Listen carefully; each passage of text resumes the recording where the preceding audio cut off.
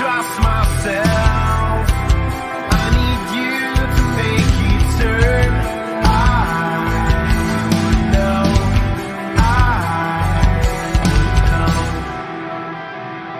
Will you follow me when the sky starts to change? Yeah, we won't be afraid. We'll never be the same again. Will you follow me? We won't leave it to chance. We can't write our romance. We'll never be the same again.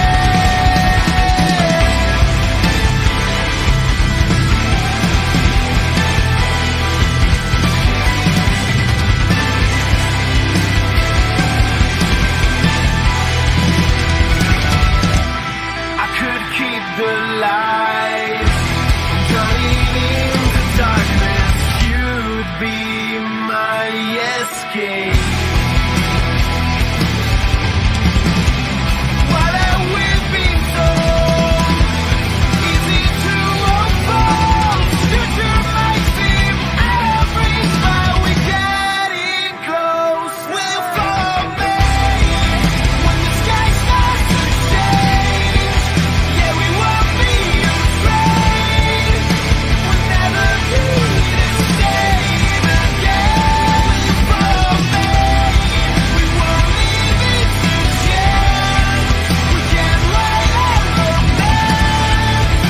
We'll never be the same again.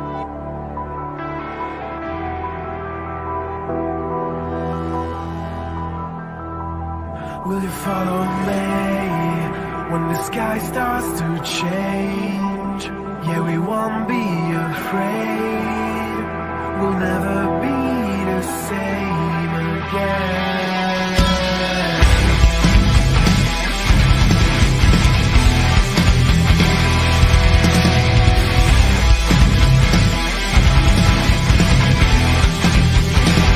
Will you follow me when the sky starts to change? Yeah, we won't be afraid. We'll never be the same again. Will you follow me? We won't leave it to chance. We can't write our romance. We'll never be the same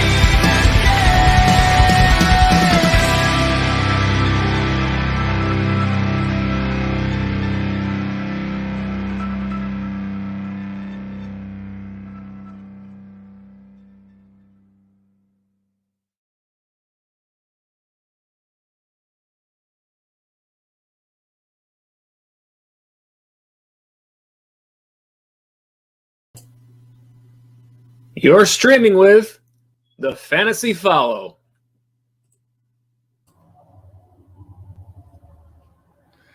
It's week 6, already in action over in London with another great London stellar matchup between Jacksonville and Miami, but that game is going on nonetheless.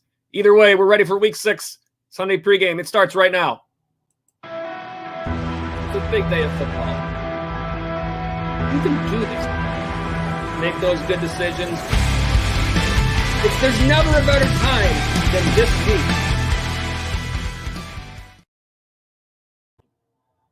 What's up, everybody? Welcome to the Fantasy Follow. This is the TFF Live Sunday pregame show.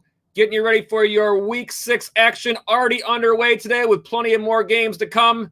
As always, we are here for your live chat all show, answering your fantasy football questions. Even if we are talking about other content, please feel free to drop us a live chat. We will get to them as soon as we can, getting you ready for all of your matchups today. As well, if you're watching on replay, go ahead and leave us your comments in the comments section below. We would always love to hear your thoughts on all of the fantasy football action going on this week.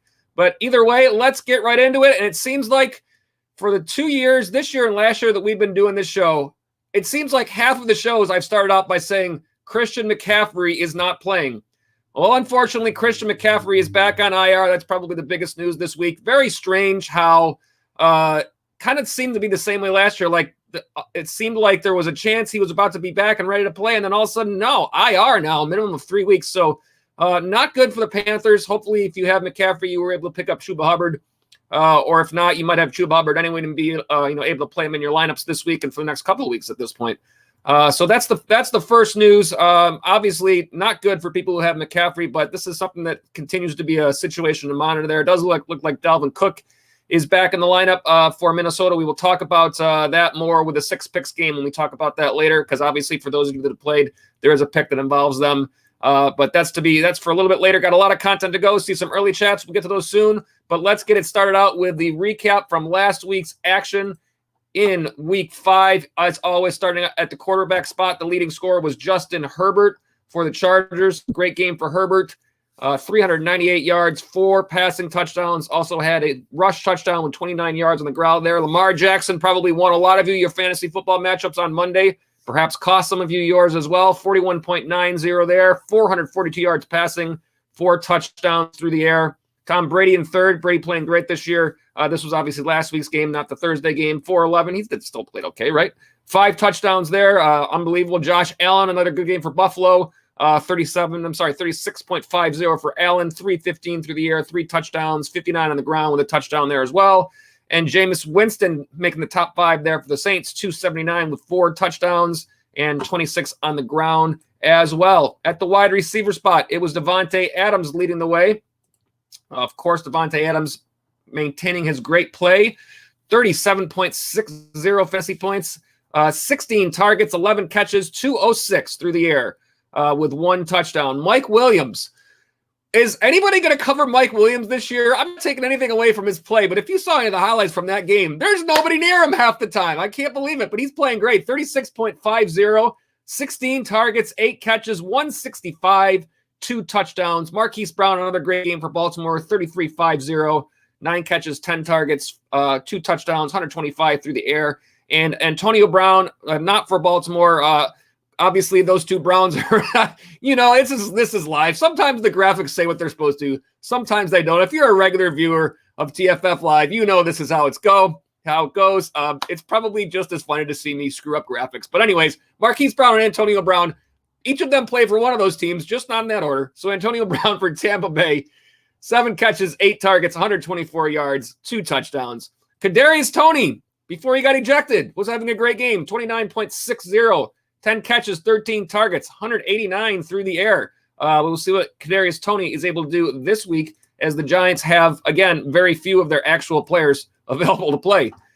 Running back spot, Austin Eckler, a great game for the Chargers, 32.90, 66 yards on the ground with 2 touchdowns, 53 yards on 5 catches on all 5 targets through the air with a touchdown there as well. Myles Gaskin, welcome back from Miami. 31.90. We'll check in on what he's doing in this game so far in a moment.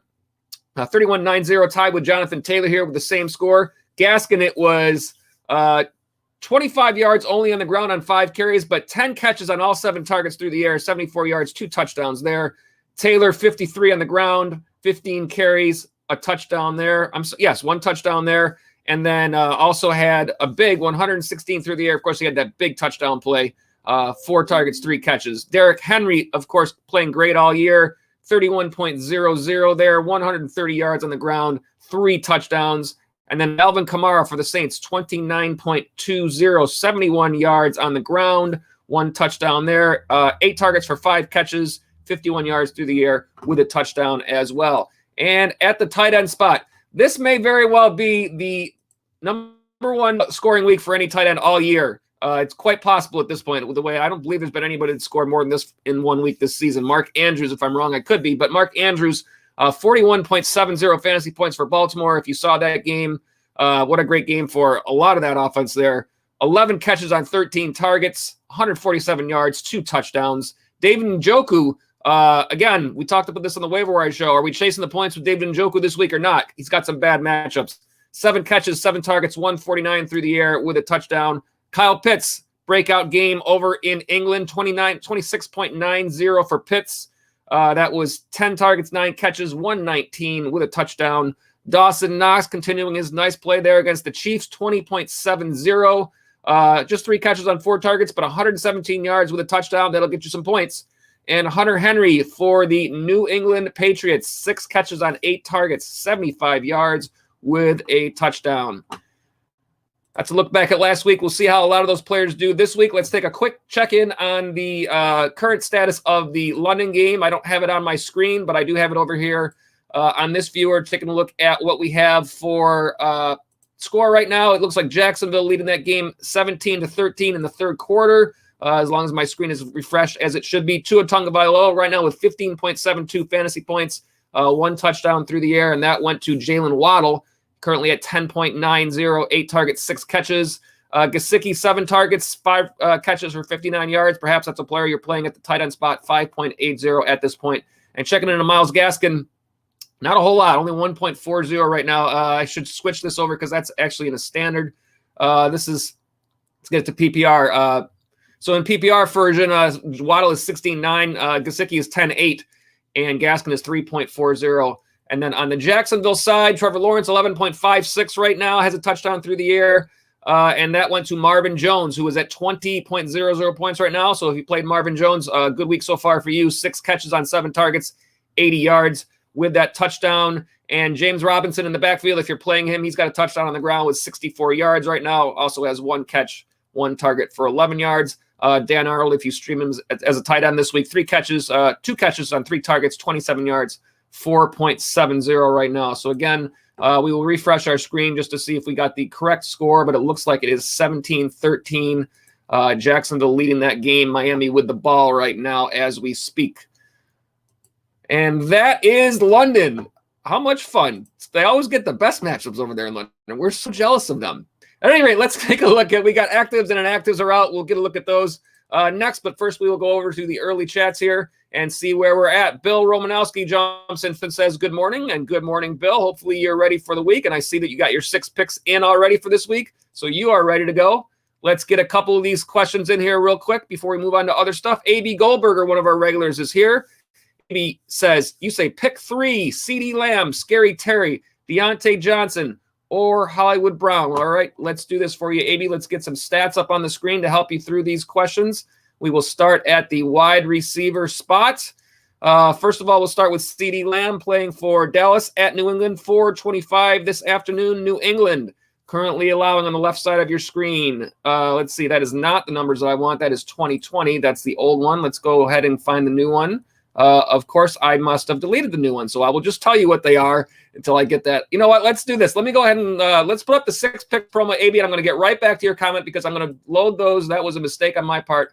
I'm going to load those new stats because they should be on my screen, and they are not, and they are very helpful. So I don't want to do this without those. So let's do this. While I'm doing that, we'll talk about 6 picks. Here is the current thumbnail for 6 picks, and let me talk a little bit about what's going on in these matchups. Again, if you guys have been playing along, you know the deal. It is 6 fantasy matchups that occur within the same games. You are going to pick the better fantasy score that you feel will happen in each one of those matchups.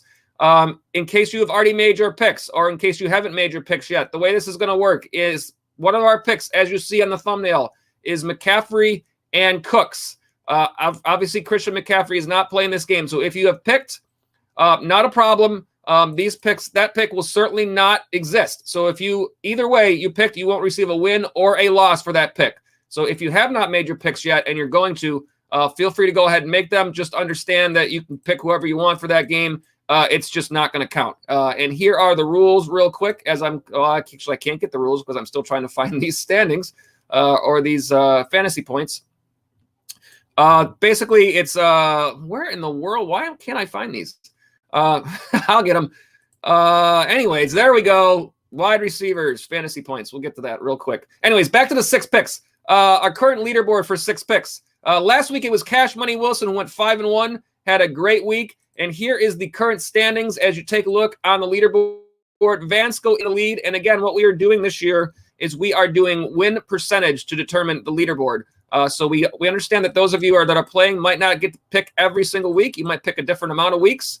So we're using win percentage. And currently Vansco has that lead with Michael McFarland in second and with Bill Romanowski, one of our regulars, in third. As I always say, our most famous viewer, NFL legend Bill Romanowski. And as I still talk through this, I'm literally still trying to load these graphics because I'm losing my mind trying to find these. At any rate, those are the top 3. You see that this is a great day of live streaming, huh? This is going well so far.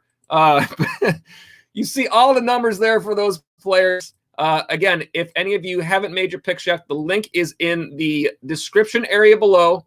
Go ahead and find that link and click on over and make your picks to each of those games in the comments section on that video. That is the way to make them so that they count. That's where we keep track of them. Go ahead and get over there and get your picks in for week 6. They will close at 1 o'clock when it is game time. You would imagine this would be easier for me to find like things to load while I'm talking, but it's really not, because for some reason it's not that easy to see these things while you're actually trying to figure out other stuff. At any rate, we are having a great time on Sunday pregame. Here we go. Let's get back to the chat. I've got most of these here for you, AB, so let's talk about what you were asking about now, starting at the wide receiver spot. Here are accurate numbers, fantasy points allowed to wide receivers after week 5, and we'll start with CeeDee Lamb for Dallas against New England on the left side of your screen, currently 25th in terms of fantasy points to the wide receiver spot, so not a great matchup. These are all wide receivers, so I got enough graphics loaded to actually try to work through this question. Scary Terry for Washington against Kansas City. That's a 1 p.m. game. Kansas City is at 11th most fantasy points to the wide receiver spot. Better matchup there. Deontay Johnson for Pittsburgh against Seattle. Seattle is 6th fantasy points to the wide receiver spot. Better matchup there. And Hollywood Brown for Baltimore has been playing very well. Baltimore playing against the Chargers, and the matchup numbers there is 31, second to last in terms of fantasy points allowed to the wide receiver spot. So I will say this, AB, when we talk about these decisions, I always like to reference these 4 factors: ability, volume, matchup, and game script in that order. Certainly those things are kind of in play here, but I think that, to me, the highest tier player here is probably CeeDee Lamb, but I don't think it's by a lot. I think Lamb and Scary Terry are probably pretty close. I would probably put Johnson and Brown just a tier below that, but not a lot. Brown's been playing great this year. In terms of volume, I think Deontay Johnson is going to see some nice volume because, unfortunately, Juju Smith-Schuster is now out. So Johnson and Claypool, I like them both this week, and I think McLaurin's always going to have it.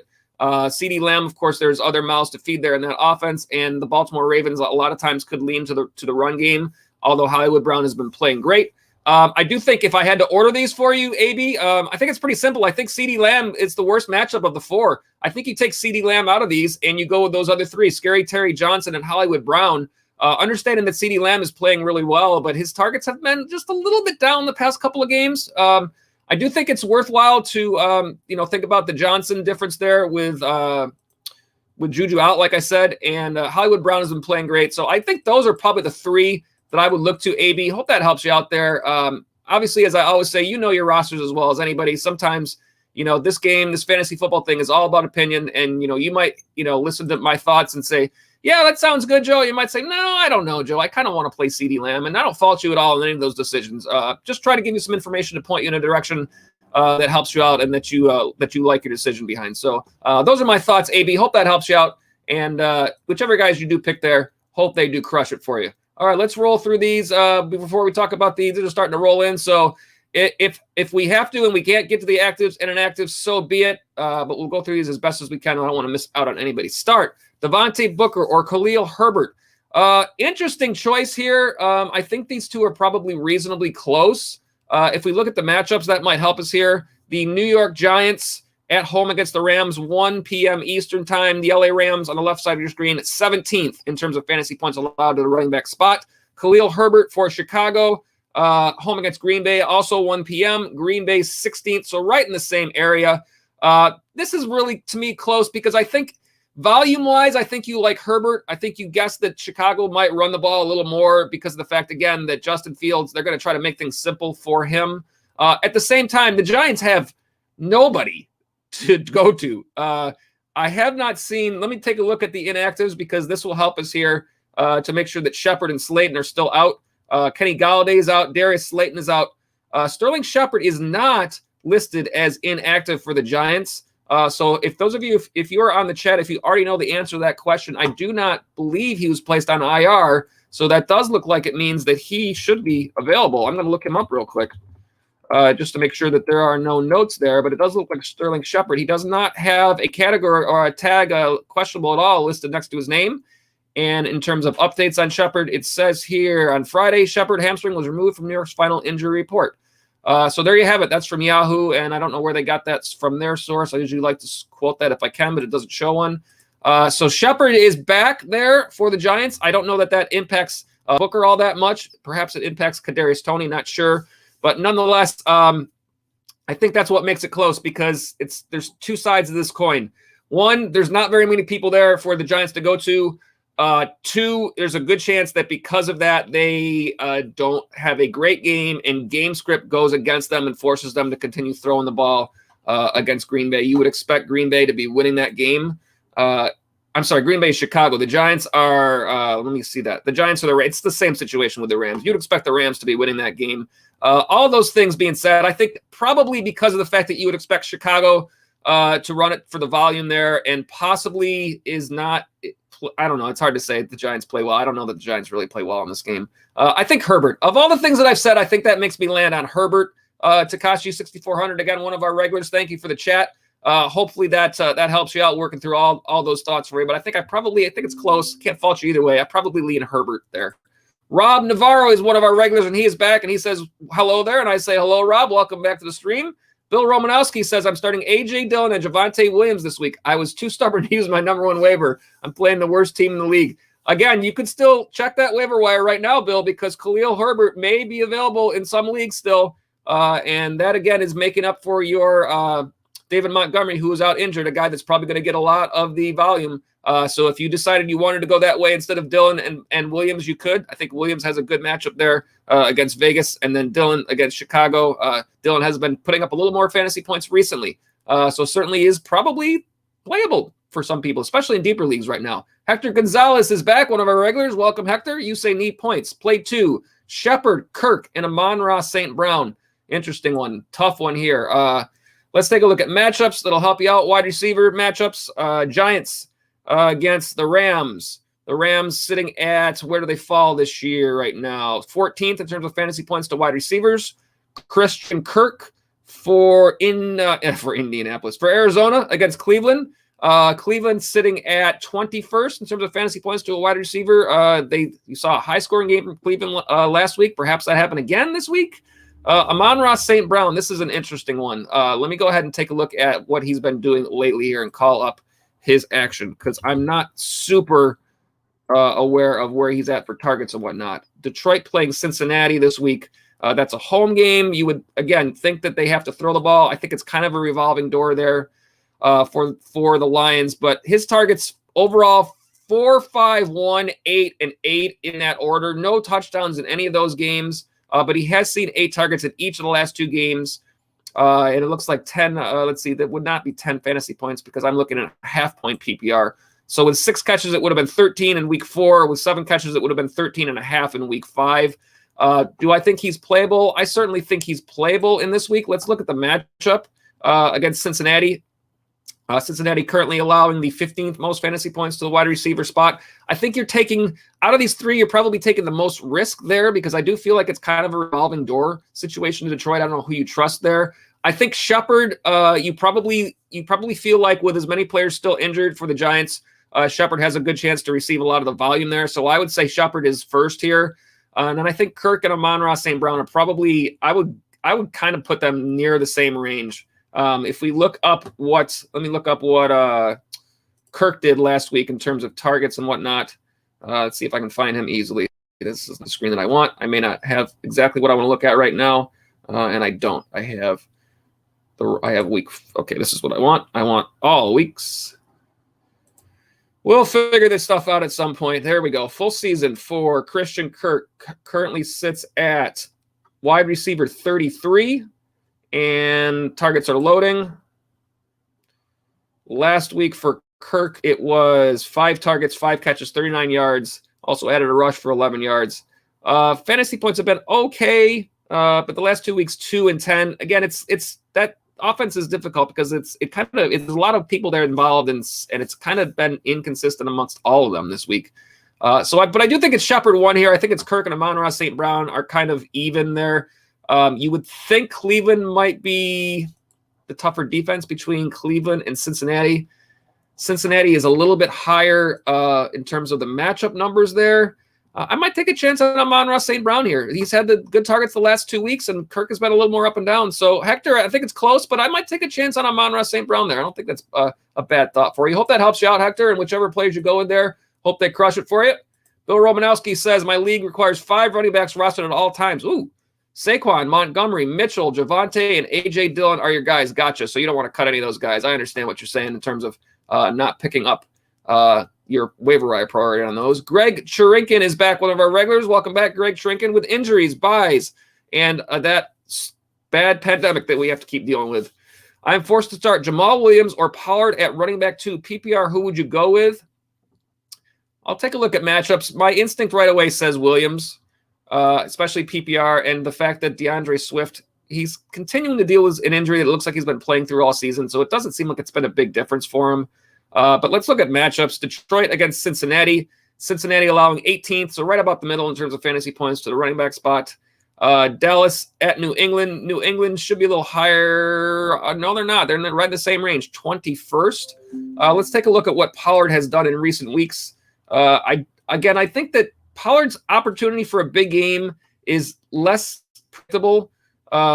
He's currently RB 22, and we'll compare that to Williams for Detroit. Let's see where he falls. He's 21. I'm sorry, he's 20, right about in the same range. So I can see where you have this question here. Pollard last week in a PPR format, 14 fantasy points, 75 yards rushing. Actually, his rush yards have been pretty decent right along, 14, 109, 60, 67, 75. So since that big game, it's been relatively equal. The targets really haven't been there. In the last 2 games, 4 targets this last week, 0 the game before that. If you look at I want to say that Jamal Williams may have a little bit more consistent usage in terms of targets. Well, I guess, no, not really. 2 last week and 0 the week before. And the rush yards about the same in the last 2 weeks, 66 and 57, fantasy points 7 and 9.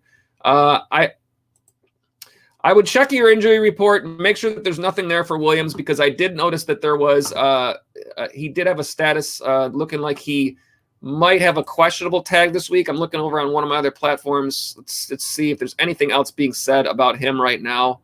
Let's go ahead and says expected to play. Let's go ahead and check the inactive list to make sure there's nothing that we don't know about there, and there isn't. So this is, again, kind of a coin flip. I guess based on all that analysis and all that data that we just went through there, I might go with Pollard here. It certainly seems like they're continuing to work Pollard in. I don't think there's any issues with him being worked in, and the targets are kind of hit and miss on both guys. I might take a shot with Pollard in that offense there for Dallas. This is a tough choice between these two, kind of a coin flip. But against New England, I think New England might be more vulnerable to the run. Again, against Cincinnati, they might have to throw the ball a little bit more, which could bode well for Williams. Again, everything I'm saying makes this a coin flip. I'll probably lean slightly towards Pollard, but I can't fault you either way on this one, Greg. Hope that helps you out. Not a very clear-cut answer, but all the best to try to get you some information. Whichever guy that you pick there crushes it for you.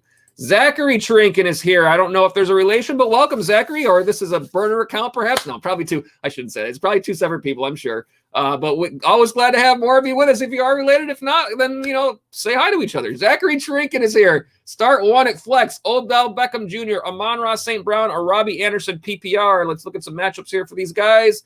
Odell has been struggling for the Cleveland Browns. That's home against Arizona. The matchup says 12th in terms of fantasy points to the wide receiver spot. St. Brown for Detroit against Cincinnati. The matchup says 15th.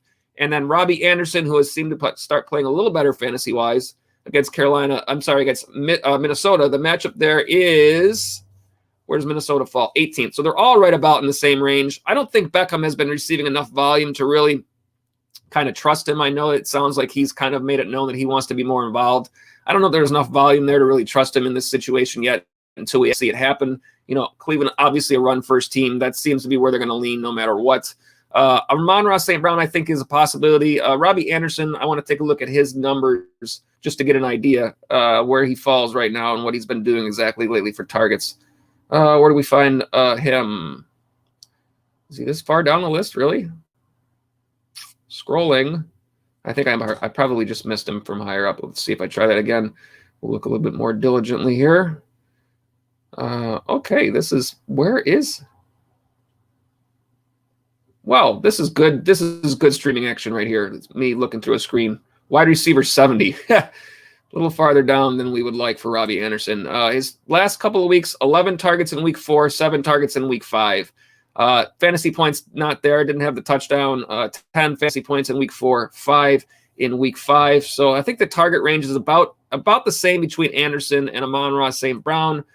You would expect the matchups are not all that much better.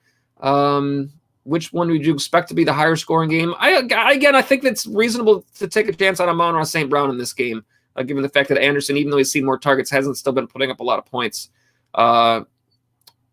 I might go that way if it were me, but again, I think it's close. I can't fault you either way on these. I think it's kind of a coin flip, but if that information helps at all, I think my lean might be actually taking a chance with Amon-Ra St. Brown in this game. It looks like a lot of people are having those same thoughts here. Hope that helps you out, Zachary Trinken. Welcome. Glad to have you on the stream. I don't remember if we've seen you before or not. I probably would have known that since I was talking about the other Greg there. So it looks like you might be a new viewer. Welcome. Takashi 6400. I think Shepard is playing. I do agree. I think that also. And also you say thanks, also leading Herbert. And I say, no, thank you for being here. I should take a moment to say this real quick. While we're looking through all these chats here, we appreciate all of you guys for being on the stream, all of you that are regulars.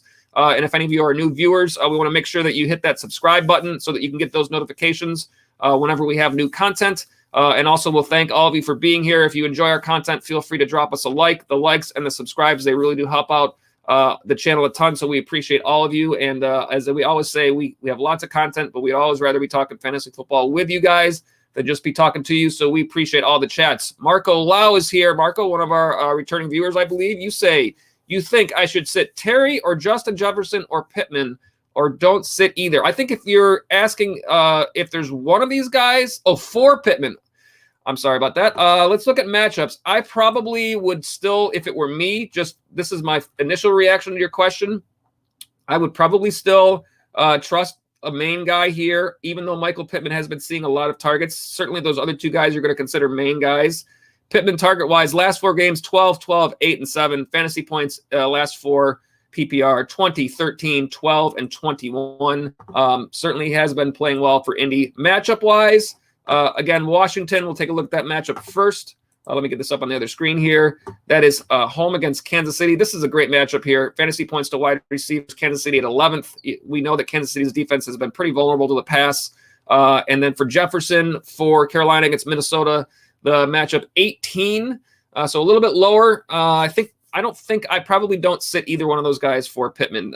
Let's see the matchup against Houston. Houston fantasy points to wide receivers is at 26, so 7th fewest. Again, I don't know that says anything about the strength of Houston's defense. I think that's probably more a factor of most teams are probably leading games against Houston and will end up running the ball game script wise. And that's another reason why it might be reasonable to not try to slide in Pittman into this matchup, even though he has been playing well. I think those two guys are awful good to want to have them on my bench. And based on matchups here, if you have a feel for which player you like better based on which guy is your main guy there, certainly I always say you guys know your rosters as well as anybody. Then between Jefferson and Terry, obviously, that is your feel for which guy you like better as an overall every week. Matchup-wise, if you like looking at the matchup play, I think McLaurin is the better matchup play here. Justin Jefferson is a player that's difficult to sit because he's so good. Actually, no, I take that back. You're actually, it looks like you're going to play 2 of these 3. So, yeah, I would play Terry and Jefferson in this situation. Then I would not sit either of them for Pittman. Hope that helps you out there, Marco. And whichever guys you do play there, hope they crush it for you. Let's see who is up next. We got Blammo Time, one of our regulars. Welcome back, Blammo Time. Blammo Time, I want to see you in the 6 picks game because it would be awesome to put that name on the leaderboard if you can make your way up that leaderboard. I like the name. Go in there and make some picks for us. Get those 6 picks going. Thoughts on my matchup this week, you say? I got A-Rod, Jonathan Taylor, Daryl Williams, Devante Adams, Kupp, Knox, Godwin, Pax D, Tyler Bass against Tom Brady, Elliott, Hunt, Allen, Devontae Smith, who had a bad game, Kelsey, who always has great games, Antonio Brown, who had a great game, Bucks D, I'm not sure what Bucks D got, and Harrison Butker. What are my thoughts? My thoughts are this. Do you have anybody you could play instead of I'm sorry, A-Rod? I was thinking Allen Robinson. I was going to say play somebody else besides Allen Robinson, but that's not who you have. Thank goodness. Aaron Rodgers, I think, is fine every week. Jonathan Taylor against Houston. This is in line for a big week this game. Kansas City against Washington. That's an interesting one. I don't know how much they'll use. It remains to see Daryl Williams. I like the stack there with Devante Adams, Cooper Kupp has been playing great. Dawson Knox has been. You've got a good lineup going here. Brady just had an okay game. Elliott, we'll see what happens. Hunt is going to be a problem for you because of the fact that no Nick Chubb. So he's already playing great. There's a good chance Hunt has a very big fantasy day today. Keenan Allen, we're waiting to see a breakout game, so he's in the mid-range. Smith had a not so great game. Brown had a great game. I'm based on your names and what you say there. These matchups look even to me at this point, and based on what's already happened. We know that Smith didn't have a great game, but we know that Brown did. That kind of evens that out. For your side, I expect Jonathan Taylor to have a great game against Houston today. Of course, that's evened out by your Kareem Hunt, who I expect to have a great game for Cleveland there. So I think the key to your win here is going to be Rodgers. If Rodgers can outscore what Brady did, that's going to help you out a lot. And what Daryl Williams does compared to Elliott, because I think a lot of your other guys kind of cancel out here. If you get a nice big day out of Rodgers and Adams with a nice good stack there, I think that puts you in line for a nice win. Hope that helps you out there, Blammo Time. You say PPR, by the way. Wish you all the best and get that W. Carlos Orozco is here. Welcome back, Carlos Orozco. I believe you've been here before. Khalil Herbert or Darnell Mooney at flex. I personally like playing running back in my flex when I can because I think it's more consistent production there. Gives you a little bit safer play sometimes, and you expect Herbert to get all the volume. So that's my first instinct without looking at matchups, but we will look at matchups for Chicago. To the running back spot, Green Bay 15th to the running back spot, and at the wide receiver spot, Green Bay at 22nd. So the matchup is in favor of – I'm sorry, did I have the wrong stats up there? Running back spot. No, that's 16th.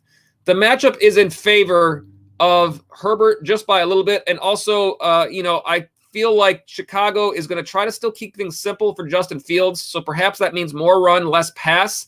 And again, that swings you a little bit towards Herbert in terms of your choice there. So to me, I think I probably lean with Khalil Herbert in this one, Carlos. Hope that helps you out. And let me see if there is a follow-up. You do say it's PPR. I do think that gives you some thought, perhaps, to go the other way. But I still think that it's enough of a difference there for Herbert with all that volume and perhaps the fact that Chicago still wants to run it a little more than throw it with Fields. So I think I like Herbert there. Carlos, hope that helps you out there. Whichever guy you pick, hope they crush it. Bill Romanowski, you say smash that like button. I appreciate the help there, Bill Romanowski, with that. Obviously, like I said, all those likes and those subscribes, they really do help out the channel a ton. Let's see where we're at. We're at 12:15, 45 minutes to game time. We haven't talked about the, let's see. Let me go through these really quick, only a couple more, and then we will go through actives and inactives. Colton Cash, one of our regulars. Welcome back, Colton Cash. You say Robert Woods or Hollywood Brown PPR. I say first instinct without looking at matchups, Hollywood Brown has been playing too good to sit on your bench. And Robert Woods, I don't feel like I trust him yet, even though he did have that nice game last game. I still don't feel like I trust the fact that they're using him enough in that offense to warrant him being in your starting lineup if you have a better option or a decent option there. But let's look at matchups to help you out here. The Rams at the Giants. Left side of your screen, Giants currently allowing 19th most fantasy points to the wide receiver spot, right in the middle. Hollywood Brown for Baltimore, and that game is, let's see, where do we find that game? That is a 1 o'clock game, home against the LA Chargers. Next to last, 31st in terms of fantasy points allowed. Even so, I think I might still – I don't feel like I trust Robert Woods enough yet. If he has 2 really good weeks in a row, then I might feel better about it. But I think at this point, because of the fact that it's been not so great other than last week, I think if you have a viable option to replace him with, I think it's Hollywood Brown here. And despite the fact that the matchup is not so good, that's why I always talk about those 4 factors: ability, volume, matchup, game script. Right now is Hollywood Brown. I don't know if you put him in the same. He's probably close to the same tier as Robert Woods, but volume-wise, I mean, when Woods is only getting 6 targets a game and the volume has been very consistent for Marquis Brown, I think you go with Brown here. And that's why I put him in that order, because that's ahead of matchup to me. Marquis Brown is currently the wide receiver 6 overall in the season. That's not a projection. That's what he's done fantasy point-wise. Targets 6, 10, 7, 5, 10 in that order. Fantasy points 19, 23, 8, 19, 34. So he has had 4 out of 5 games in double digits. And out of those 4 games in double digits, the lowest was 19. Compare that to Woods, who is currently wide receiver 22. Targets 4, 9, 6, 6, 14. I understand the 14. Fantasy points 12, 12, 7, 15, 27. So again, 4 out of 5 in double digits, but only 1 over 20, only 1 over 15 for that matter. So I think you take the chance with Marquis Brown here. To me, I can understand if you really like the matchup play and perhaps you trust Woods more than me. I can understand going the other direction, but I think if it were me there, I feel like I am away from Robert Woods when possible until shown otherwise for more than 1 week. That's kind of the way I feel about it right now. We know Cooper Kupp is super involved in that offense. Hope it helps you out there, Colton Cash. And whichever guy you pick there, hope they crush it for you. Larry's here. Welcome, Larry. Golf scramble this morning. Can't watch for long, but I'm in. Glad to have you, Larry. Hope you have your Titleist hat on. And play well there in that golf scramble, and make sure to make all of your putts, because for someone that's very bad at golf like me, that's about the only way I contribute to a scramble.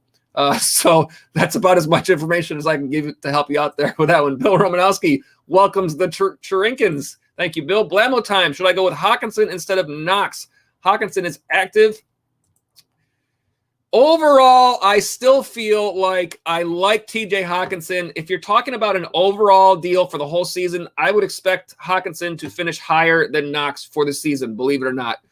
As good as Knox has been playing, I still do think that there are a lot of times where Buffalo is not necessarily going to use the tight end quite as much. That's kind of where I feel about that one. However, he's been playing so well. It's a tough question right now if this is the week where you sit him down. Matchup-wise, Detroit against Cincinnati, fantasy points to the tight end spot. Cincinnati is 7th.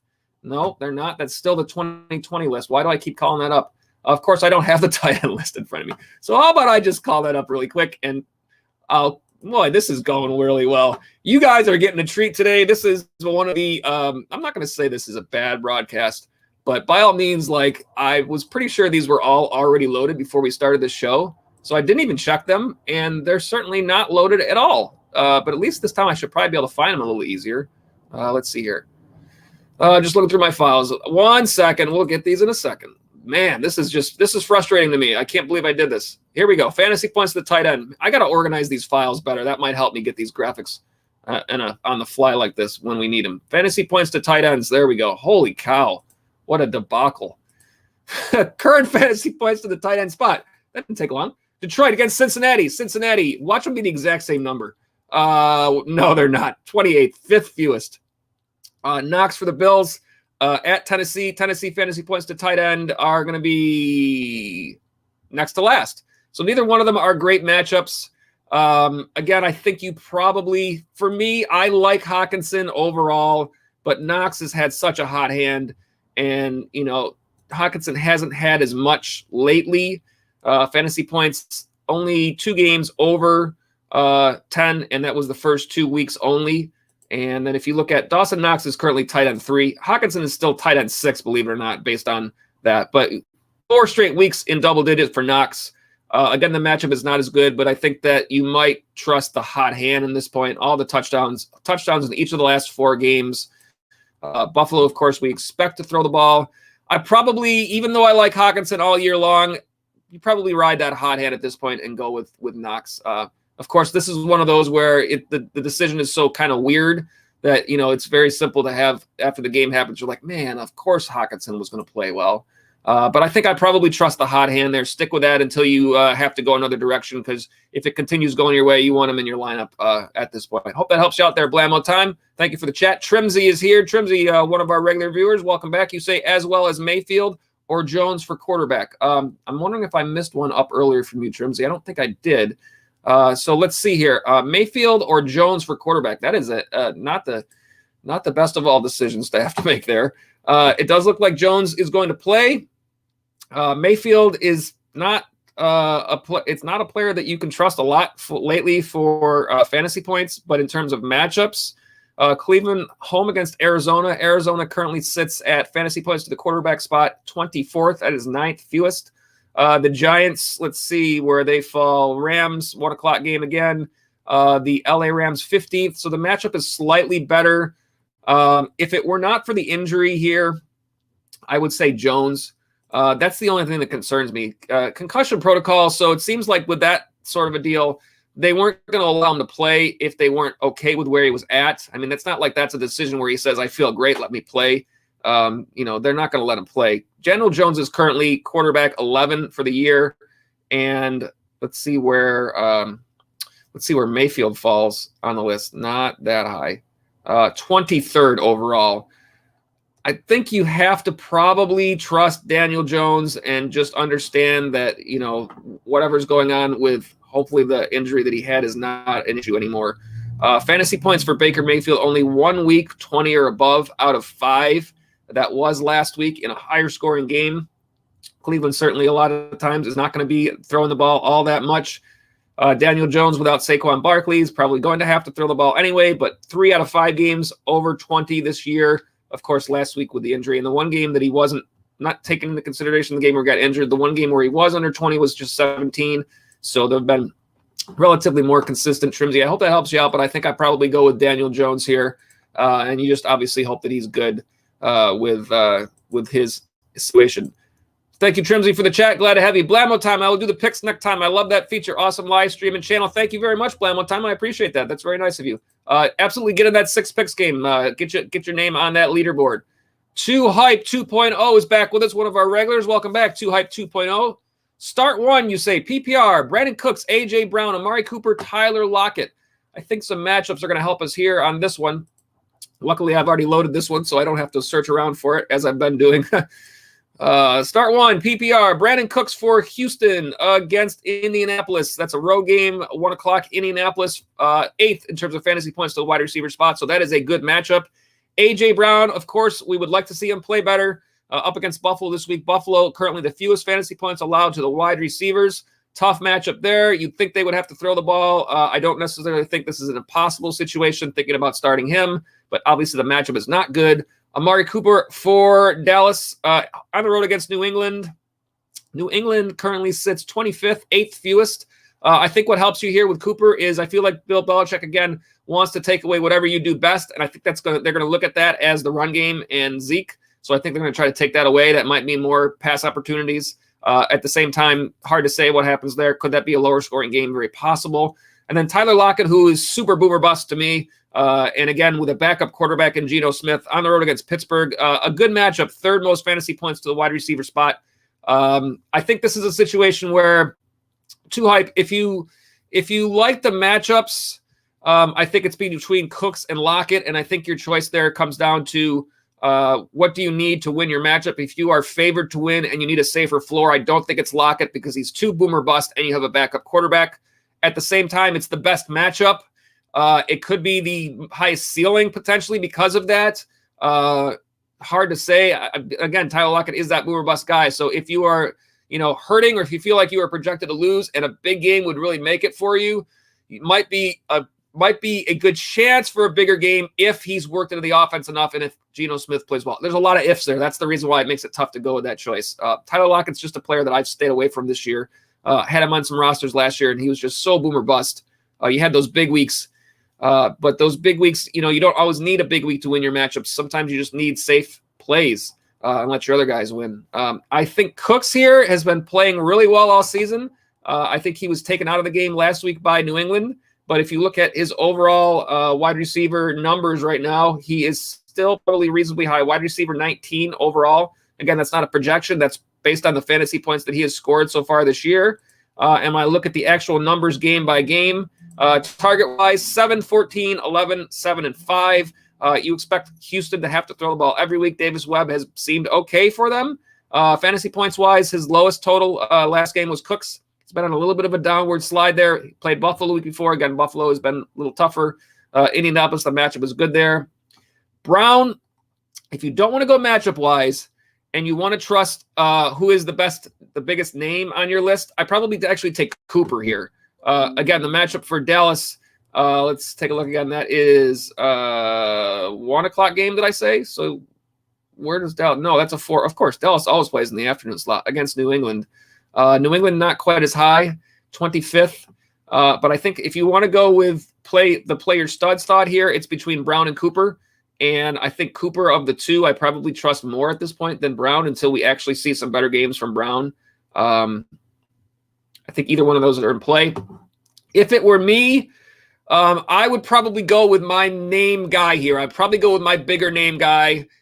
rather than the matchup in this situation. Again, those are the 4 factors I talk about: ability, volume, matchup, game script. Ability, meaning when I say that, like which guy is in a higher tier would you consider of a player? To me, I know Brandon Cooks has played well. I think Amari Cooper is in a higher tier, and so is A.J. Brown than both Cooks and Lockett.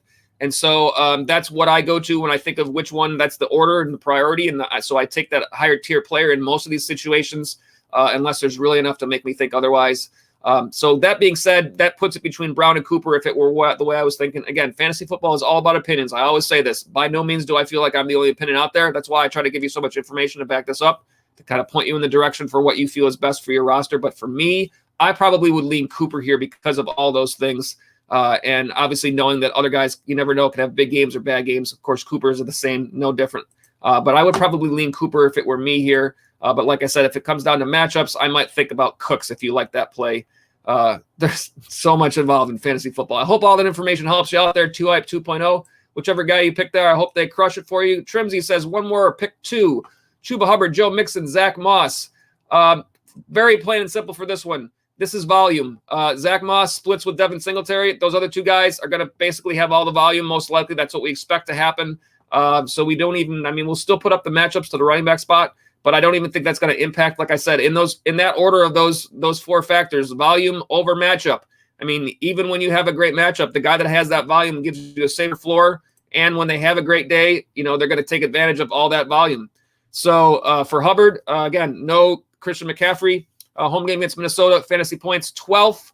Mixon for Cincinnati. What did I say? What did I say for Carolina? Home game against Minnesota. I don't know what I'm saying. I'll just keep going.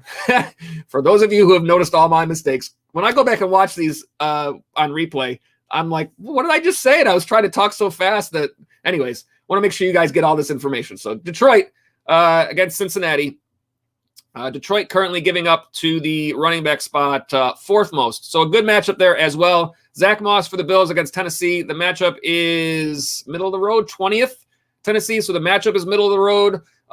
He does get goal line touches, of course, but he's most likely splitting with Singletary almost every week, and Buffalo is a pass-first team. I absolutely like Chuba Hubbard here and Joe Mixon in these 2. I don't know if there's any updates on Mixon's injury. I would check for that. In order to keep going through these, I'm going to just assume that I have it right, that I don't think there's an injury concern this week, but check your reports on Joe Mixon just to make sure that I'm saying the right thing there. That would be the only reason why I would think I wouldn't go with Mixon, is if there was still some lingering injury concerns there. But otherwise, it's Hubbard and Mixon there, Trimsy. Hope that helps you out. I see now. I went to the Rolando. You're up next. When I went to click this chat, it scrolled up and gave me the next chat, so it ruined my JJ Watt is here. Welcome back, JJ Watt. Glad to have you. Right up there with Bill Romanowski for our most famous viewer, JJ Watt. It's very tough with an NFL legend like Bill Romanowski, but JJ Watt is here. Pick 2, PPR. Herbert, Hubbard, Williams.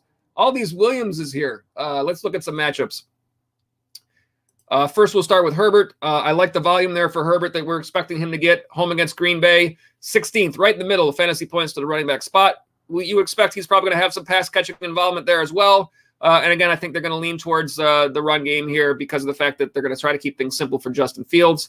So I don't think that's a bad thought here. Chuba Hubbard for Carolina, Minnesota. The matchup there is, let's see, where does Minnesota fall? 12th, so just a little bit better, almost hitting that top 10. Javonte Williams for Denver. I like a good matchup against Las Vegas. 9th, but again, you're talking about splitting with Melvin Gordon unless Melvin Gordon's injury concerns are worse than we thought.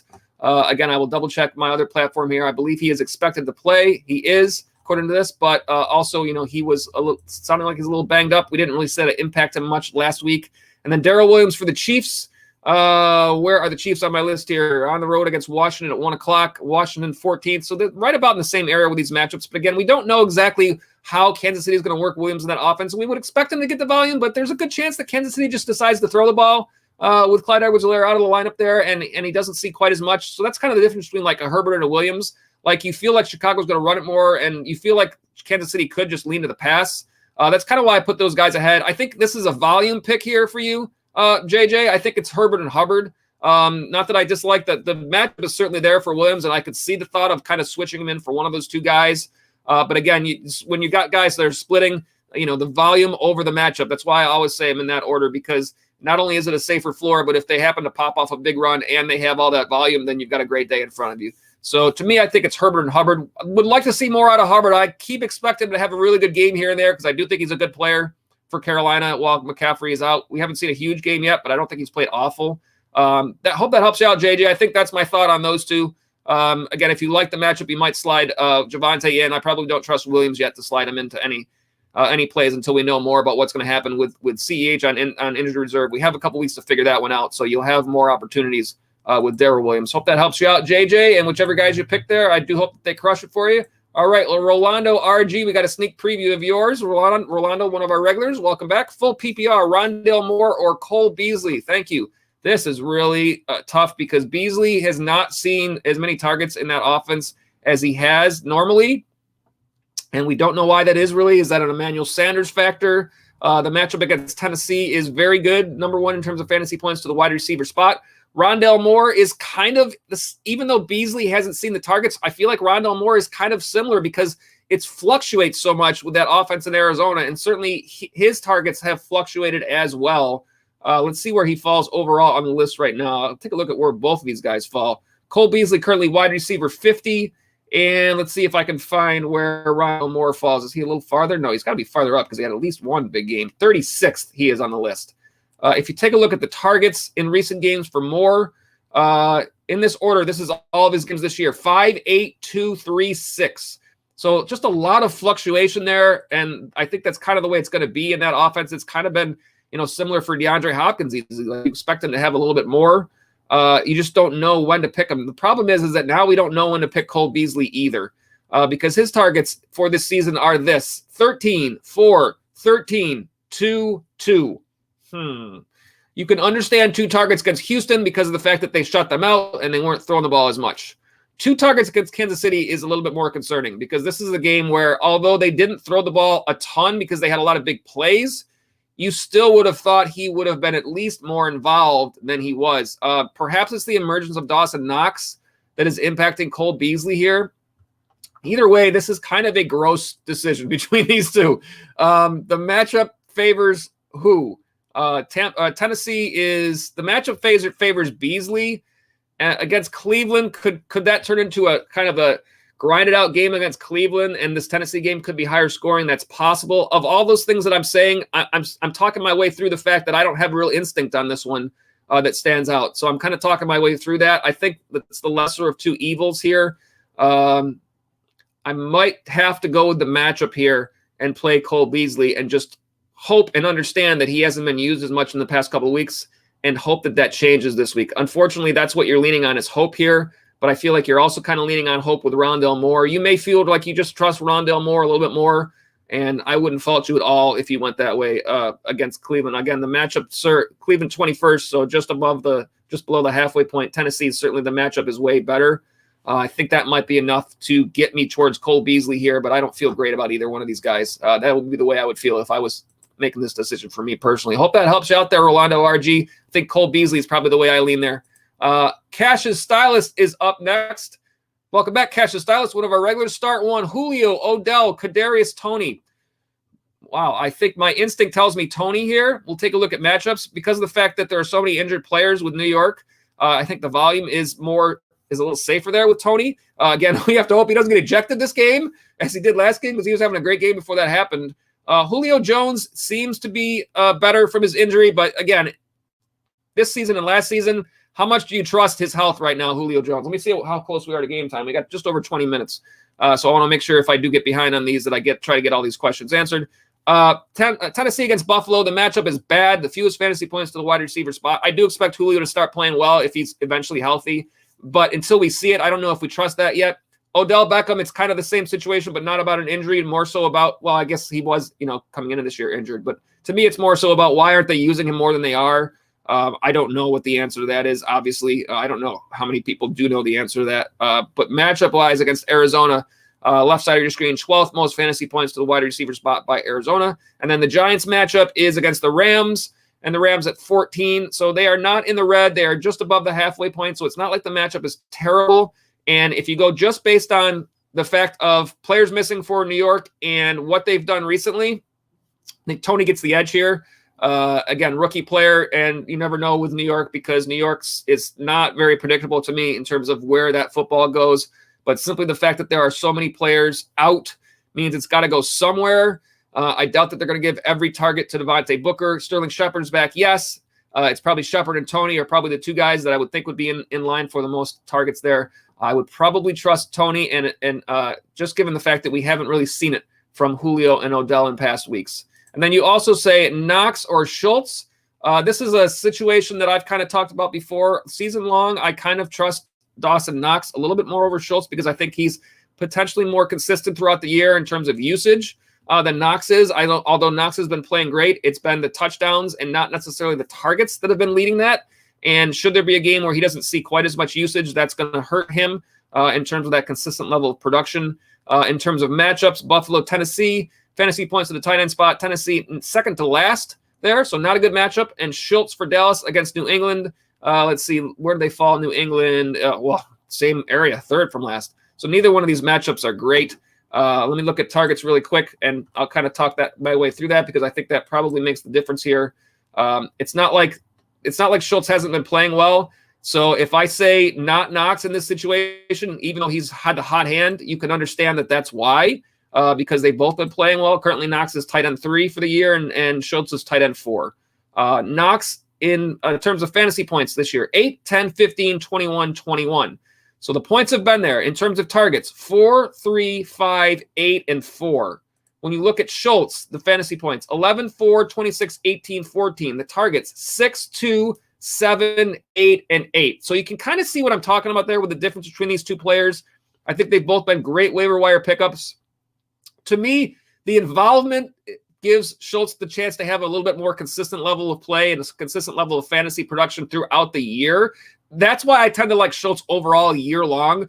That being said, Knox has a hot hand right now. So this comes down to a situation of, are you looking for what might be the safer kind of floor level, or are you looking to play that hot hand because you feel like you need a big game and you're willing to take the risk on some of those weeks where he doesn't have the touchdown and his numbers aren't quite there as much? For me, I probably feel like I want the safe play at the tight end because the tight end spot is so difficult sometimes to get production.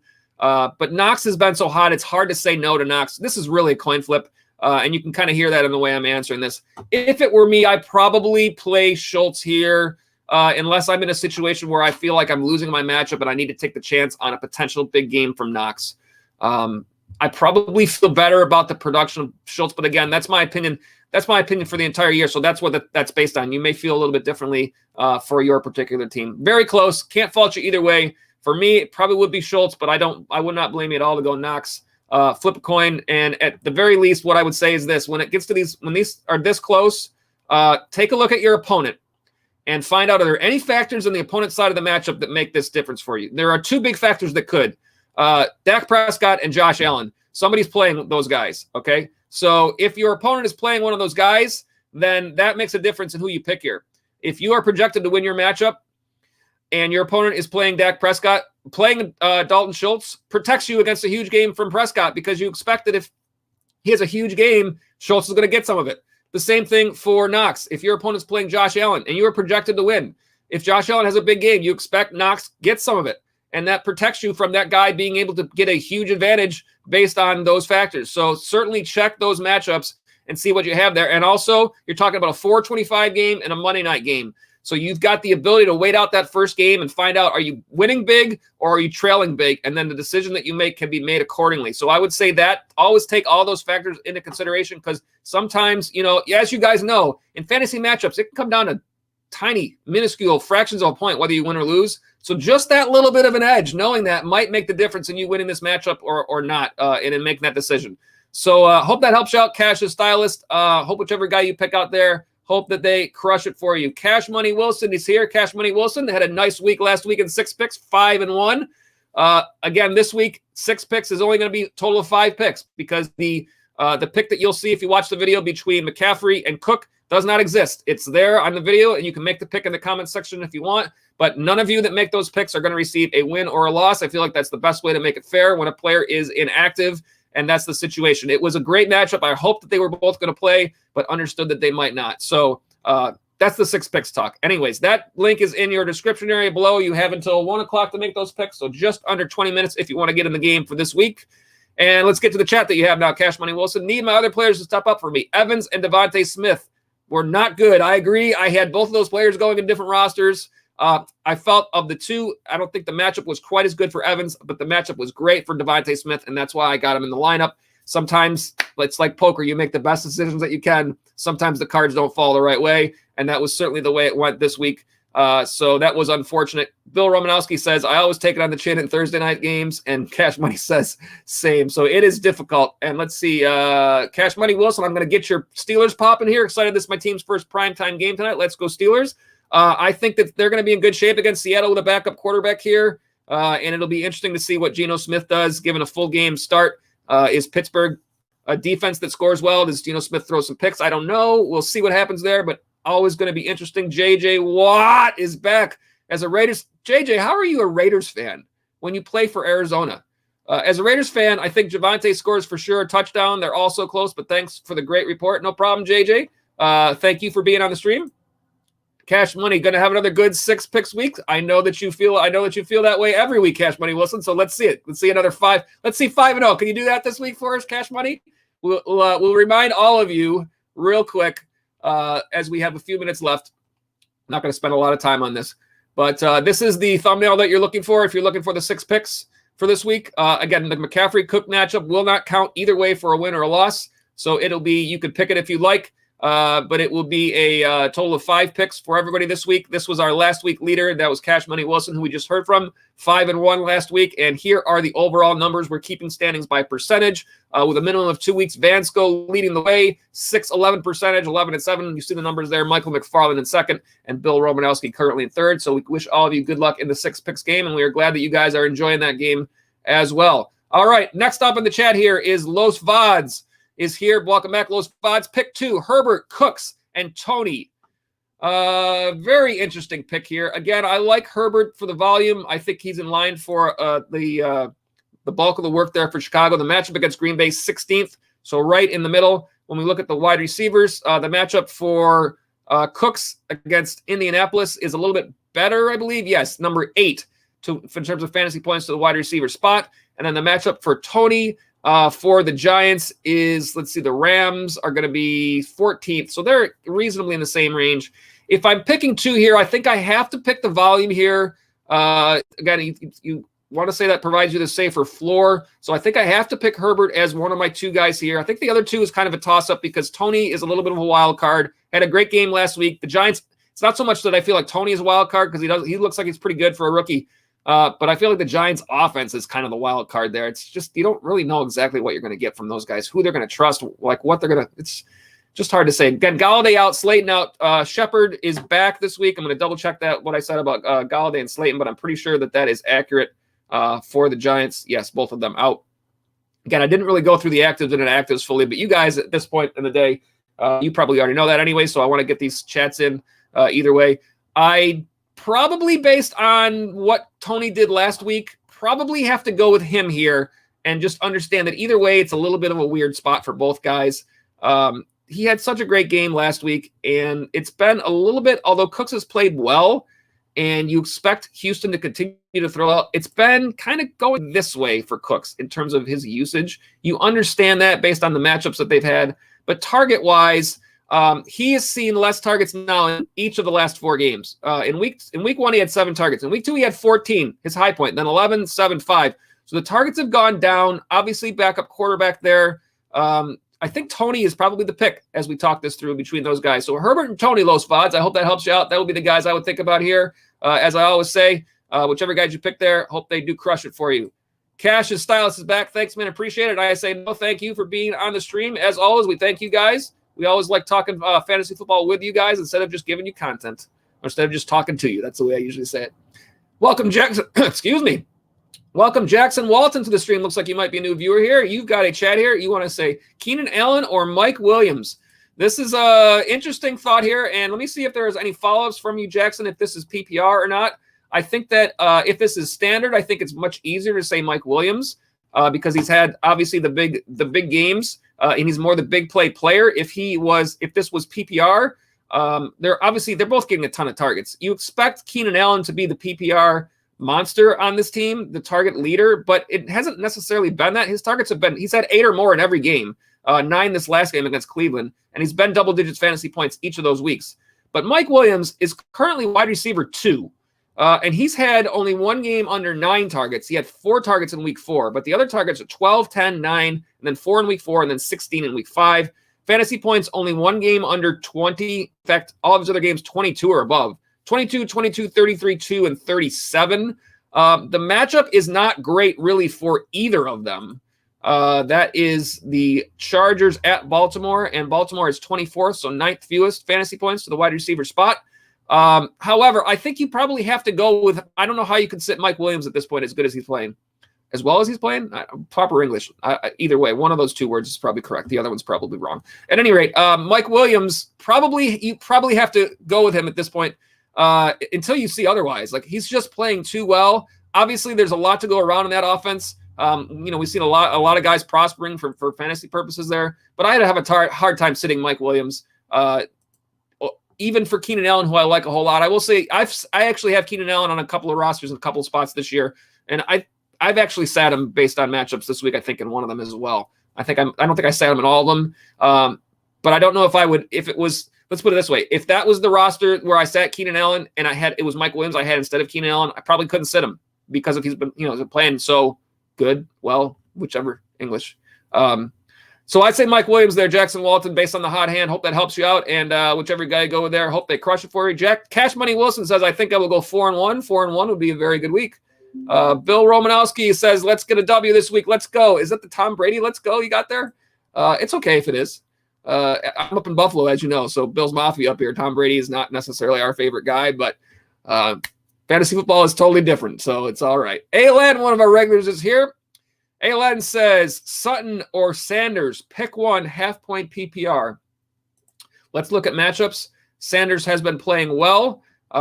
In terms of the matchup here, Tennessee, number 1 fantasy points allowed to the wide receiver spot. Cortland Sutton also has been playing well for Denver. Las Vegas, 29th, 4th fewest fantasy points allowed to the wide receiver spot. If you look at where they sit in the standings right now, it is Emmanuel Sanders, 20th. That's not a projection. That's his overall fantasy points he's scored this year. And when I look at his numbers in terms of targets, 8, 6, 6, 6, 5. Very consistent.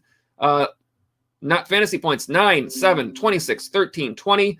You feel okay about that? When I find, Cortland Sutton here, currently the wide receiver 28 overall in terms of fantasy points for the year. Target-wise, 3, 12, 5, 8, 11. A little bit up and down, but you do think that, Sutton is going to be a guy that's going to continue to get targets there in that offense. Fantasy points, 2, 25, 9, 8, 25. That all being said, I think because of the matchup against Tennessee, the difference in the matchup here is pretty extreme. Between 1st and 4th fewest. You probably have to trust the matchup in this situation, regardless of the fact that perhaps Sutton may be the guy that you think more. This is one of those situations where I might actually take matchup over possible volume, and Sanders has been playing well. I think when you're playing a team that's that far up the list in terms of what they're giving up, I think you might have to go with him there. So to me, it's probably Sanders, Aladdin. If I had to pick one here, I don't think Sutton is a bad choice either. But hope that helps you out there. And I see a follow-up, so I'm going to jump to that one next. Tannehill or Wentz? Is there a neither button that I can hit for this one? Because I probably would. Tannehill, let's look at the matchups against Buffalo. This is a great matchup. No, this is not a great matchup. This is a terrible matchup. It's next week Tannehill has a good matchup against Kansas City. That's the week I would play him. That might be the only week at this point until you see otherwise. Buffalo, fewest fantasy points to the quarterback spot. Carson Wentz for Indianapolis against Houston on number 11th. Number 11th? Number 11 in 11th. Wow. Fantasy points to the quarterback spot. Do I trust Carson Wentz a ton? Not really. He did play well. He had a better game last week fantasy-wise. But do I trust Ryan Tannehill right now? I can't. I don't know how I can. I literally have started Justin Fields over Ryan Tannehill in one of my leagues. That tells you how little I trust, because Justin Fields has done next to nothing in terms of fantasy points so far, even though you expect him to play better. Currently, Tannehill is the quarterback 20. Wentz is the quarterback 21. So neither one of them at all are very high up in the standings. But last week it was Wentz with 402 yards and 2 touchdowns there. The problem here is against Houston, they might be running the ball a lot more. Tennessee always might be running the ball a lot more. I'm going to pick Wentz here because I just simply don't trust Tannehill at this point. And Wentz had a decent game last week. Until Tannehill shows it, I don't know. Like I didn't even look at his stats. I feel that I can't trust him that much. Fantasy points for the year: 15, 15, 23, 19, 14. I just can't do it. As much as I don't know, as much as this is kind of a coin flip, it probably has to be Wentz if it were me. Len, hope that helps you out. Hope whichever guy you pick there, I hope that they crush it for you. Los Vod says, appreciate it, bro. And I say, appreciate you being here, as I always say. Jackson Walton follows up and says that it was full PPR there. So that might potentially be the only reason that will make you think a little bit more about Allen, but I think you still probably got to go Williams in that one. Bill Romanowski says, Kirk Cousins, let's go. Looks like Romanowski is playing Cousins, and also he says he likes that, and that's a perfect opportunity to hit that like button, Bill, if you say you like that. So we appreciate all those likes and those subscribes. They help out the channel a ton. This is apparently Bill Romanowski going through all of the famous quotes of certain people at the podium. I like that, Bill Romanowski. I want winners. I like that one a lot, and I appreciate all the quotes. Clamped Easy is here. Welcome back, Clamped Easy. You ask Daryl, Henderson, or CD Lamb. We'll look at matchups for both. Let's take a look first at Henderson. Actually, I put up wide receivers, so let me switch that over here. Henderson, in terms of the running back spot, I like Henderson a lot full season. And in this matchup as well against the Giants. The Giants currently allowing the 8th most fantasy points to the running back spot. So certainly not a bad matchup at all there for Henderson, and you expect him to get the volume. CD Lamb, wide receivers, and that is Dallas on the road against New England, 4:25 East Coast time, and New England 25th, 8th fewest fantasy points to the wide receiver spot. So when you look at matchups, it is favored Henderson there. In terms of volume, you expect Henderson to be the guy getting that volume there. Certainly you expect CD Lamb to be worked in that offense with regularity for Dallas. But the matchup there and the fact that, again, if this is a flex question, I'm sure for me, I personally always like the running back there, and if it's me for a flex spot because I feel like it's more predictable, but you like the volume. I think I like Henderson of these two, Clamped Easy, and hope that excuse me, wow. Hope that helps you out there and helps you make that decision. But if it were me, I probably lean Henderson here of these two. All right, let me go ahead and get this off the screen. Let me I want to see this chat from Trimsy saying, does anyone see my comments? Tell me, Trimsy, if I've missed comments from you, because I did. The first one I saw that from you that said as well as Mayfield or Jones for quarterback looked like you were saying that like as a follow-up to another chat. But when I scroll up, I do not see another chat before that one from you. But I do see the one after that about the, and I think we talked about that one, the one more pick 2. So I see those. I'm wondering if perhaps your first chat didn't go through for some reason. That's kind of what I thought when I saw your first comment also. So hit up on the chat and let me know if there was a comment that you left before that one that says as well Mayfield or Jones for quarterback. Then I think that we might have missed that one. So hit us back on the chat and let me know there. Matthew Seaver is here. Welcome, Matthew Seaver. Looks like you might be a new viewer. Weren't you on the Growing Pains TV show? Well, that was Michael Seaver. Perhaps you know Michael Seaver. At any rate, we got a lot of famous people that watch the show, apparently. Matthew Seaver is here. Welcome to the stream. Claypool or Tony, full PPR. I like both of these guys this week. Looking at matchups, we got Pittsburgh, the night game against Seattle in terms of fantasy points. On the left side of your screen, allowed to wide receivers. Seattle currently in 6th. So a good matchup there with Juju Smith-Schuster, unfortunately, out now to injury. I think Johnson and Claypool benefit huge in terms of their volume there in that offense. So I like Claypool a lot here. And when you compare that to Tony for the Giants against the Rams, the matchup is not quite as good. 14th, still about midway point, not a terrible matchup. Kind of the same situation there. The injury concerns kind of show you that Tony is going to probably have more of the volume. For me, this is a situation where we haven't seen a whole lot from Tony overall. He's had a great game last year. He is a rookie. And as you look at his numbers, again, I will look these up really quick. But my instinct here is to kind of trust the player that I've just simply seen more information from, and that's Chase Claypool. We know what he's been in pre-weeks. He's currently wide receiver 34. And as we look for Tony, let me see where he falls. Is he a little bit farther down, or he's perhaps a little farther up because of the fact that he had that big game there? Let's see. Devante, where is Tony falling on this list? Scrolling around, and again, good streaming action here. 48th on the list right now. That's not a projection. That's his overall what he's done in points so far for the year. Fantasy points for the year. He's played 4 games. He did not play in week 2. His fantasy points 2, 4, 14, and 30. So he's certainly been on the upswing, and so have his targets, and certainly that has to do with the injuries as well. However, I do expect both of these guys to be able to have nice weeks. So I don't think either one of these is a bad start. If it were me personally, I would probably go with the guy that I just simply know more about. And that's Chase Claypool in that offense. I think that the volume, again, with the unfortunate injury to Juju Smith-Schuster, kind of the same situation there with Tony in terms of players out. And so therefore, I just lean on the player that I know more about based on data that they've done so far, and it's Chase Claypool. Hope that helps you out there. Michael Sievert, you do follow up there and say that you feel like there's a chance Ramsey follows Tony, and that's not something that I had taken too much in consideration, but that is a very good point, Matthew Sievert, so I thank you for making that. For those of you who are still on the chat who have asked about that, it's not something that I talked about when camp comes to Tony, but it is a very good thought. Perhaps Ramsey is on Shepard, I don't know, but even if he starts on Shepard and Tony starts to have a big game, then it could very well switch. So take that into consideration. I like that point a lot, Matthew. Thank you for that, and thank you for the chat as well. Bill Romanowski says that he is seeing Trimsky's chat, so I'm glad about that. Hopefully that is working okay. How close are we to game time? 2 minutes to game time. All right, well, let's fly through these. Let's see. I'll get Trimsy your pick as well. I'm going to do these quickly. I won't try to give you as much information so you can get the picks in. Flex, Pittman, Moss, or Pollard. Starting Zeke as well. If it's PPR, I think it's Pittman here. If it's not PPR, I think it might still be Pittman. You want to go with the volume, and again, we don't know the volume for Buffalo. I said I wasn't going to give you any information, but here's the information. The Buffalo matchup against Tennessee. I wanted to take a look at that running back matchup. It is, where does Tennessee fall on this list? Middle of the road, 20th. So it's just middle of the road matchup, not great. I think you go with Pittman there. That'd be just my thought. Let's see here. Trimsy, let's get yours in. Pick 2, Lockett, Hawkins, Chase, Jamar Chase, Tony, Sanders, Myers. Jamar Chase, I don't think I can sit at all right now. He's playing too well. D. Hopkins, too big of a talent to sit. My 2 picks are D. Hopkins and Chase. Hope you're still able to make that choice. If it helps you, Trimsy, if that changes anything, I don't think you're wrong to think about Tony here. But I think those 2 names are too big of a names to sit right now, regardless of matchup. So I think it's Hopkins and Chase for me.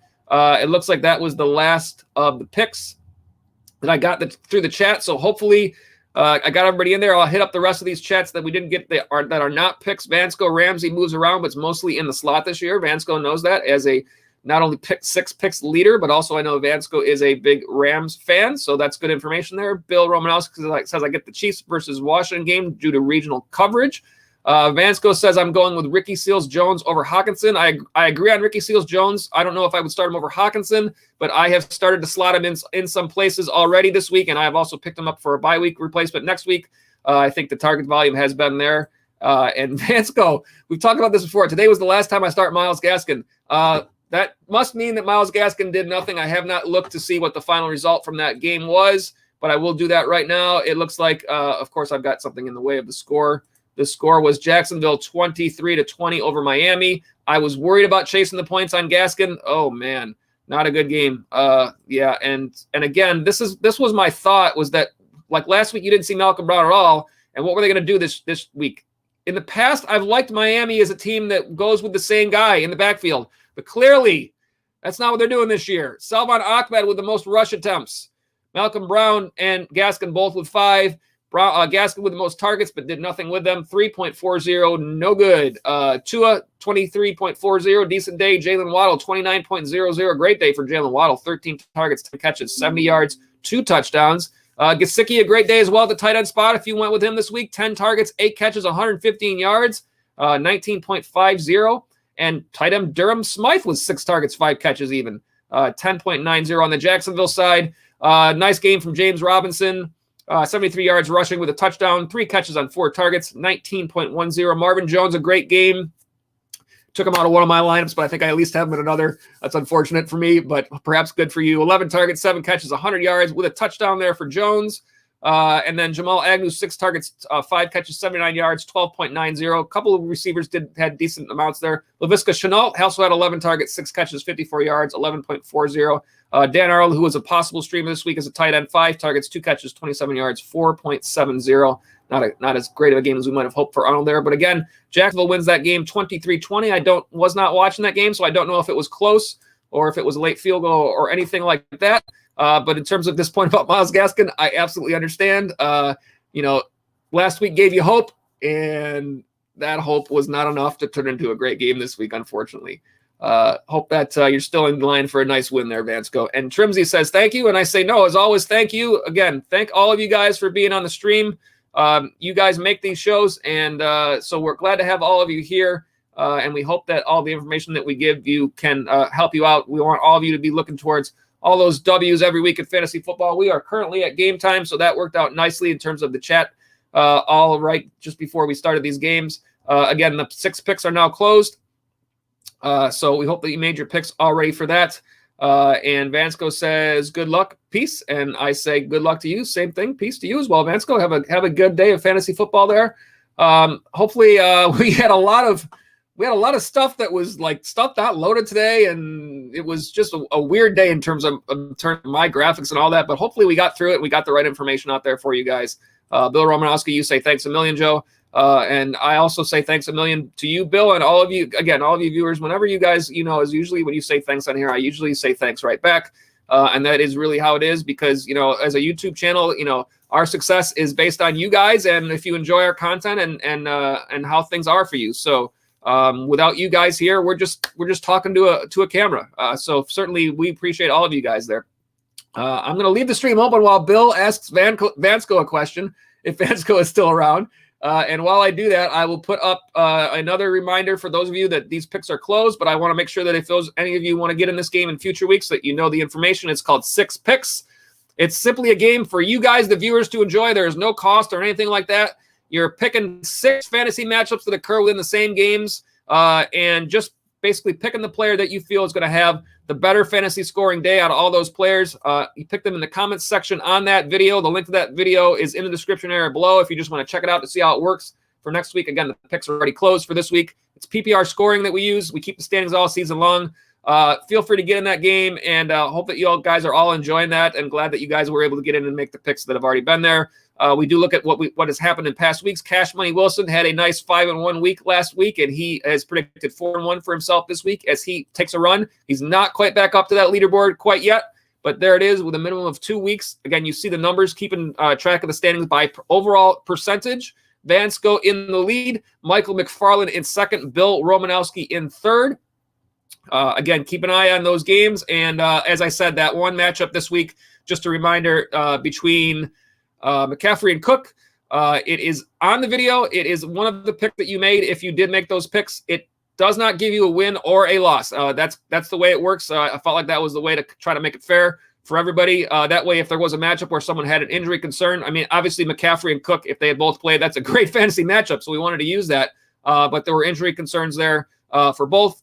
And McCaffrey ended up not playing in that game. So when that happens in a game and a player, it has to be that they have to be inactive before the game starts. If they start the game and then they get injured, it doesn't apply. Then it's still a win or a loss. But if they are inactive before the game starts, then that game will not count as a win or a loss for anybody that picked it. So basically, all of you that played the game this week, it's called 6 picks, but for this week, it's actually only 5 because of that, and that's just kind of the way it works.